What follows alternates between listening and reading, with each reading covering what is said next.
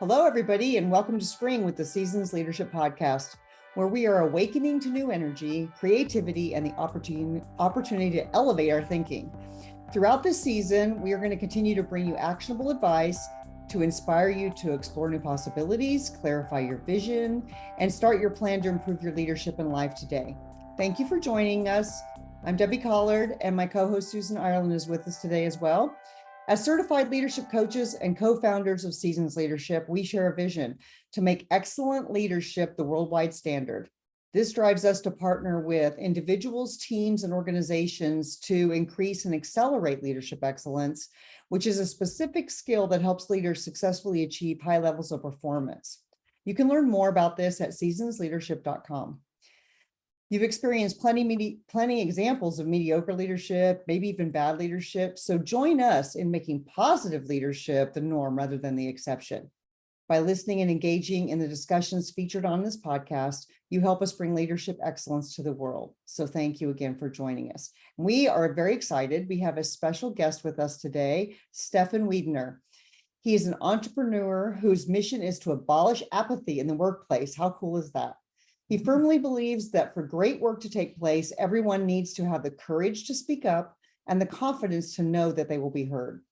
His passion for unleashing the collective potential of people has led him to co-found newme.com, the web's largest network of independent life coaches, and skillsetter.com, a platform similar to a flight simulator for practicing interpersonal skills. And I can't wait to hear more about that. Stephan has been a guest speaker for Truth, Lies, and Workplace Culture podcast, Scrum Master Toolbox podcast, Building Psychological Strength podcast, and many other audiences interested in psychology, business, and technology. His writing has been featured in Forbes, Entrepreneur, and other popular publications. In addition to his professional career, Stephan serves as a volunteer firefighter in his local community. He's married with 2 children and enjoys spending quality time in the outdoors, hiking, biking, camping, and reading. Welcome, Stephan. Welcome, and appreciate you having me here today, Debbie and Susan. That's great. Well, it sounds like you're an old pro at these podcasts, so that's wonderful for us. So you can help us along too. And Stephan, I am wondering, how did you get started? I think I understand that you started with your coaching business. I don't know if it was Newme at the time, but in 2007. What drove you? Yeah, that is correct. So we started Newme back in 2007. So my business partner and I, we've been at it for a while, playing in the coaching game, the human performance game for quite a while. What really spurred our motivation to get into that space is I had I think a quarter life crisis or something like that when I was in my mid-20s. I was working away. I got my first job out of university, and I worked for a great company doing construction management. And our company was small, and we were really specialists at time management. So within the grand scheme of project management, there's a lot of work around cost management, et cetera. And time management is kind of an underappreciated science. And so that was our specialty. And at the height of my career there, I was in my mid-20s working in Carson City, Nevada on a brand new construction hospital that was being built. So I was responsible for roughly 50 trades and just making sure that the project was going to finish on time. So I was coordinating all the different trades to make sure that the project was moving forward as desired, right? As I think we had a 27-month window to finish the construction project, which was ambitious to start with. And I was rather ambivalent about going to work. I had great responsibility. I was frequently sitting in meetings with 50-something-year-olds, the lead architect and the lead engineers and lead project managers and all this sort of stuff. And I was going, this is not really my bag. It's not really my thing. And I knew I wanted to work within the realm of organizational behavior and human performance, et cetera. And so that's when I shifted into coaching, and I guess the rest is history. Right. Well, and that's pretty early. That's when I first was exposed to coaching.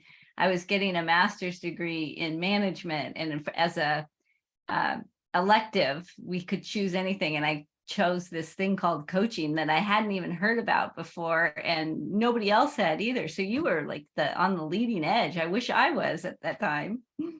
Well, I tell you, I went into a training program, a coach training program, and I think I was about half the age of everybody in the room. So it was really strange. And plus it was predominantly women. So it was a cool experience. And right away, I realized, okay, if I want to really play in this space, I need to focus on technology because I'm young and technology is not something that's foreign to me. And so that's kind of also the genesis for the work that we did.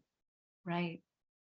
So I imagine being an expert in time management probably helped you in the early days of coaching too, because as a coach, a lot of my clients, as you said, they don't really care about that, but they don't care about time management until it impacts them negatively. And then they're like, help me use my time more wisely or manage it better. So imagine that was a good skill to have as a young coach. Well, that was my initial ideal client I worked with, and my elevator pitch was I work with solopreneurs who know that they can get more shit done. That was it. I was like, are you sitting there going, I know I can get more done. I'm just not using my time most effectively. And so that was my ideal client. And I I sort of hacked together some technology wherein I'd be communicating with my clients every day, where every single morning they would get an email saying, okay, what am I working on? And they would enter it into the system and I would check in on them every single day. And I just had this fully automated system. It was pretty cool and, pretty janky. I sort of built it on weekends and my own time and got some people to work on it a little bit. And then, eventually my ability to coach people one-on-one just dissipated because I was focusing on building a much bigger business instead of just my own personal coaching business. Yeah. What this brings to mind, Stephan, is your unique brand of leadership excellence. That's how you are a leader in the field in this, and you stepped up. Can you talk more about what leadership excellence means to you? Yeah, that's a really good question. And I think that's something that we're still evolving. I guess I can pat myself on the shoulder and say, yeah, I've done some good things in this space, in the coaching space and in the leadership world. And yet there's still so much work to do. So the thing that we're really concentrating on and focusing on is the idea of concretizing leadership skills. So many people in all of our experience working with leaders through coaching engagements was their goal of wanting to build executive presence or wanting to learn how to delegate better. A lot of the goals for the coaching were sort of ambiguous, hard to really put your thumb on, right? And you can look at two people side by side, let's say giving a speech, and you think, okay, that person's better than that person, but I can't quite articulate why, right? So that's the work we're really trying to do is to concretize what it is that leaders do really great. And then we have a system for practicing those skills. That's ultimately why we want to concretize them, is because if you can break them down, you can learn them and practice them and get better at them through the principles of deliberate practice. And if you look at all the work that's been done in, say, professional sports or in music, we know that in order to get good at playing a sport, you don't just play games, right? You have to spend time on the practice court or field. And when you're practicing, you're not always simulating a game. You're often, in the batting cage, or you're just practicing dribbling with your right hand or shooting with your backhand or whatever it is, right? You're breaking down all of these skills and you're practicing them one at a time. And then guess what you do during a game? In a game, you use all the skills and that's a new skill, which is to know what skill to use and when and what situation, all that sort of stuff. So, that's where practice gets even more sophisticated. But we're doing that for leadership, where we're trying to break down these amorphous concepts into their distinct elements, and then giving leaders the ability to practice those so that they can become much more proficient, and then of course know when to use them. And part of the problem with leadership skills or communication skills or interpersonal skills is we're using them all the time, right? Every day we're using them. And so it feels like, well, why do I have to practice them? I'm practicing them every day. But there's people that sit down at the piano and play chopsticks every single day. I mean, that's kind of me. That's about the extent of my repertoire. I'm really good at chopsticks, but that's about it, right? So I think it's sort of the same thing, right? We're just using the same neural pathways over and over and over again. And what we need to do is build new ones. We need to build new skills. And that requires a certain amount of rigor that is effortful, right? It's effortful. It requires focus and attention, and that doesn't always feel easy. And so for me, that next level of leadership is about recognizing what your opportunities for development and growth are, and then leveraging deliberate practice to get better at them so that your executive presence improves, your ability to naturally develop followers and create a compelling vision and all these sorts of things. Those skills get much better. That's great. I mean, I think if I'd had a flight simulator type of a thing as a leader in corporate America, I think I would have been much better and not cemented some of those bad habits that I had, if you will. And as I learned new things, if I could practice them on my own time, then I would feel more comfortable practicing them in real life, right? When I'm interacting with other people, like you said, the communication skills, the interpersonal skills, you don't want to come right out and start practicing those when you don't feel confident in them. So if you have a tool to help you practice, even though it is effortful to do it, people would be more inclined to do that. I know I would have anyway. Yeah, well, I know, for example, a few years ago, I went to a training in Portland, Oregon, and it was all about stakeholder-centered coaching. And so, I mean, I've been around coaching for a long time, and it was a new training, a new model of coaching that I was being introduced to. And I just thought, this is the greatest things in sliced bread. It was, we had a really great knowledge that was being transferred to us.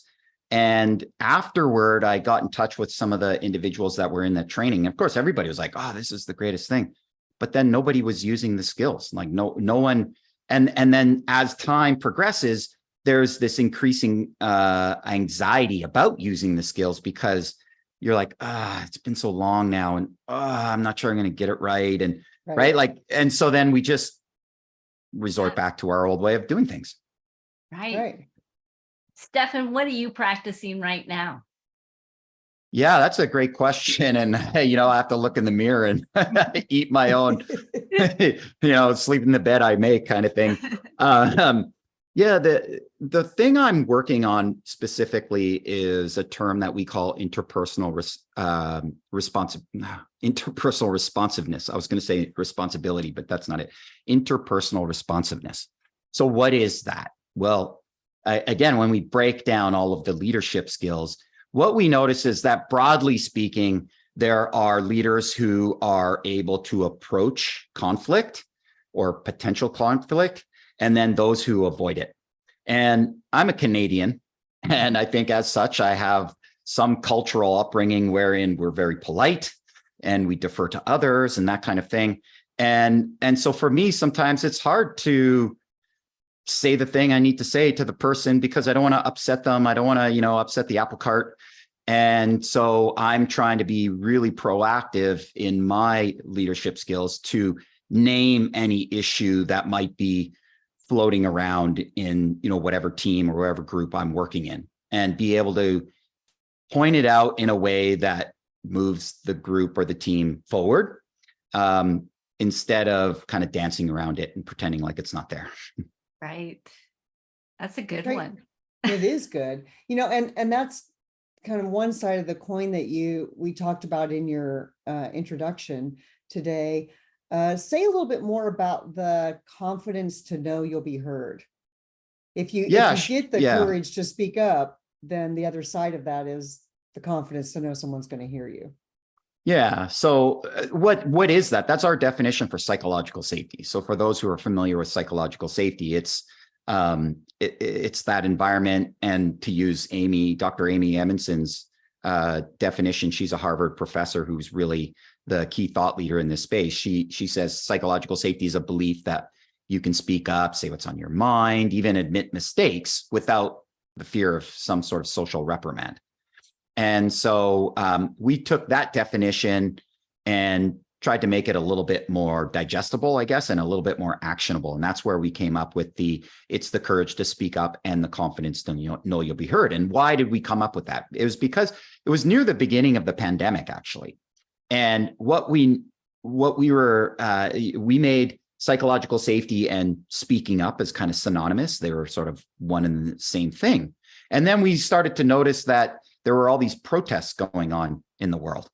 And we thought, gosh, those people don't have a belief that they're psychologically safe, right? They don't hold a high level of psychological safety, and yet they were speaking up. So speaking up wasn't enough. If people are just speaking up and they're yelling and they're screaming, they're doing so because the second half is not true. They don't feel like what they say is being heard or appreciated or understood. And so that's why we added it to our definition. It feels like a very critical component that in your workspace as a manager or as a colleague, you want to make sure that when other people speak up and they have something to contribute, you demonstrate to them that you get it. And you don't just say, yeah, I get it. Shut up, would you? I get it. No, you want to paraphrase back. You want to demonstrate again and again. Oh, is this what you're saying? And you get deeper and you get more curious. That is when and how people really feel that second half of the equation, which is that they feel understood and appreciated. And guess what? Being understood and appreciated doesn't mean agreement. It doesn't mean I have to agree with you. I just have to very clearly understand your position so that I can then communicate what my position is. And therein lies the opportunity to come up with new solutions. Yeah, that is so powerful, because what's coming up for me is perhaps when I encounter somebody who is maybe upset or yelling or, trying to say, hey, this is, something which is maybe puts me off, that if I take a breath and think maybe they're not feeling heard or safe, it gives me pause to, like what you said, be curious and spend the time to go a little deeper so I do hear them. That's powerful. I agree. And it requires a little patience, as you pointed out. And I think in a business environment that is so hectic and so fast, often the trade-off appears to be a bad one, where, gosh, if I give this extra airtime, it's just going to eat up a lot of time. And yet, I think what it leads to is much better and quicker and more efficient decision making. So I think in the long run, sure, maybe in the immediate next 5 minutes, there's a hit to our efficiency, but in the long run, you're much better off. Right. Well, and to me, that's what leadership is all about, right? It's making those choices for the long run, not for the short term, reactionary instant. Well, I sure hope so. Yeah. I think effective leadership includes things like having a solid vision and compelling vision that you share with everybody. And it's not just the short term. And that, of course, there's often short-term goals that need to be met, and that Yes. you sacrifice some long-term benefits as a result. And yeah. So, Stephan, with the mission to abolish apathy in the workplace, how do you go about doing that?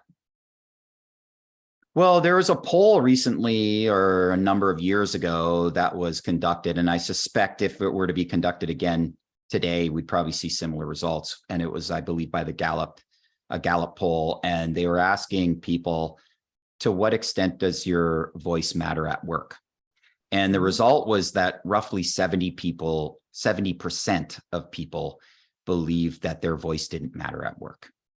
And so I equate that to apathy. Now, that's not to say that if you don't have a voice, you're absolutely not going to be fully engaged at work. I think that is possible, but I suspect that there's a high correlation there. For those who feel like their voice doesn't matter at work, the number of those people, or the percentage of those people that are just punching the clock, kind of doing time, just getting through their day, being polite, yes, sir, yes, ma'am, right away, I'll do that, very agreeable, very polite, very just punching the clock. that to me is really the enemy that I'm trying to expel from the workplace. Because if we could get even 5%, an additional 5% of the population of those 70% of people that don't feel like their voice matters, that would make a huge difference in terms of how innovative, creative, how much innovation and creativity there would be to solve some of the biggest problems in the world. So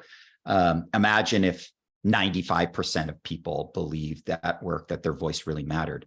To me, I think that would be a complete 100% game changer. That would change the world. Absolutely. And with our mission, our missions seem really closely aligned, right? And so by you doing the work you're doing, you're really helping our mission also to make leadership excellence a worldwide standard, right? Because if people are feeling like they're heard at work, 95% of the people are feeling like they're heard and their voice matters. And that probably means that leaders are listening and not just cutting them off and saying, oh, this is a time suck for me, right? So us working together to help make both of our missions a reality seems like a perfect solution. Right.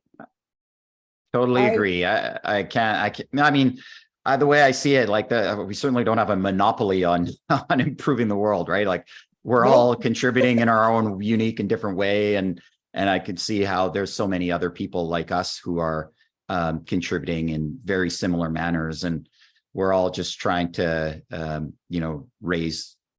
raise the ship, if you will. I think once upon a time, there's this metaphor that we were working with at work where we thought about like, we're trying to bring a ship to the surface of the water and we're just attaching a whole bunch of little balloons, right? And rather than having just one keeping balloon, we've got millions and millions of little ones, and all together that's going to cause this ship to float. So I guess that's what we're doing. So we got an opportunity here to get the word out to this podcast audience, in addition to the other ones that you've already spoken with. What do you want to say to our listeners? What word do you want to get out to them? Lean in. I think that's the antithesis of apathy. It's being able to lean in and do great work. Great. Do you have any actionable advice? This is what we like to leave our listeners with, something they can go apply immediately. Yeah, that's a good question. And I think for the first thing I would advocate for leaders, especially, is to start to embrace this concept of psychological safety, right? The courage to speak up and the confidence to know you'll be heard. And what I'd invite you to do is kind of do nothing for the first week. All I would invite you to do is attune yourself to any meetings that you have, to what might be causing others in the room to not be quite as open and candid with what it is that is on their mind. So maybe a metaphor to think about is, I use a metaphor of an iceberg, right? In an iceberg, you have what's above the water and what's below the water, and then what's above the water is a relatively small percentage. And so what's above the water is what people are telling you, and what's below the water is what they're not telling you. And what you want to do is you want to push that iceberg above the water so that what they're thinking and what they're saying are roughly equal. And so just start noticing what might be causing some people to refrain. And maybe, they're just really shy, maybe. And so you have to just start to notice that. Or maybe there's someone in the room who always just seems to answer the question. If you put a question in the middle of the room, they're going to be the first to break the silence. They're going to be the first to answer all the time. And they always have a very articulate and well put together argument. And so it kind of causes other people to be reluctant to share. Whatever it is, just start to attune to what's causing other people to not share, and also yourself. What are some of the topics where you're going, ugh, don't really want to talk about that one, right? And just start noticing it in yourself. Maybe if it comes time to discuss, I don't know, bonus plans or salaries, or maybe someone's performance is really poor and you have to address it, but you kind of just want to tell them they're doing a good job and pat them on the back and cross your fingers and hope they get better, right? Like whatever it is, start to notice the things that cause you pause as well as others. That's great. That's wonderful and so easily applied very quickly, right? And I love the do nothing at first, just pay attention. Pay better attention to what's going on, both in yourself and in others in the room. That's a great starting place. Well, thank you so much, Stephan, for joining us today. Is there anything else you would like to leave with our listeners before we sign off? Well, I mean, we've talked about psychological safety, right? And one of the best qualities of psychological safety is the fact that it can be easily measured. Okay. And it can be measured in about 3 minutes by every member on your team.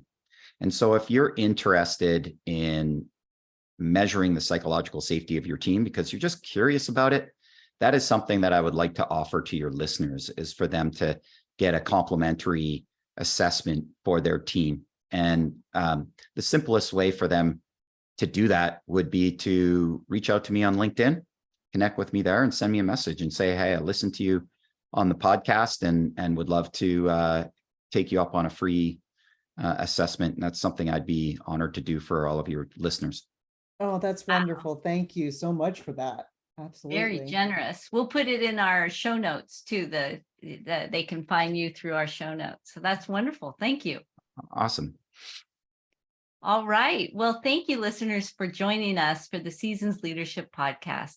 We hope you take these words of excellence with you on your leadership journey. Remember, no matter what level or role, you can become more than you are today, and the world needs you. When you fulfill your unique purpose, you strengthen the organizations and communities in which you live and work.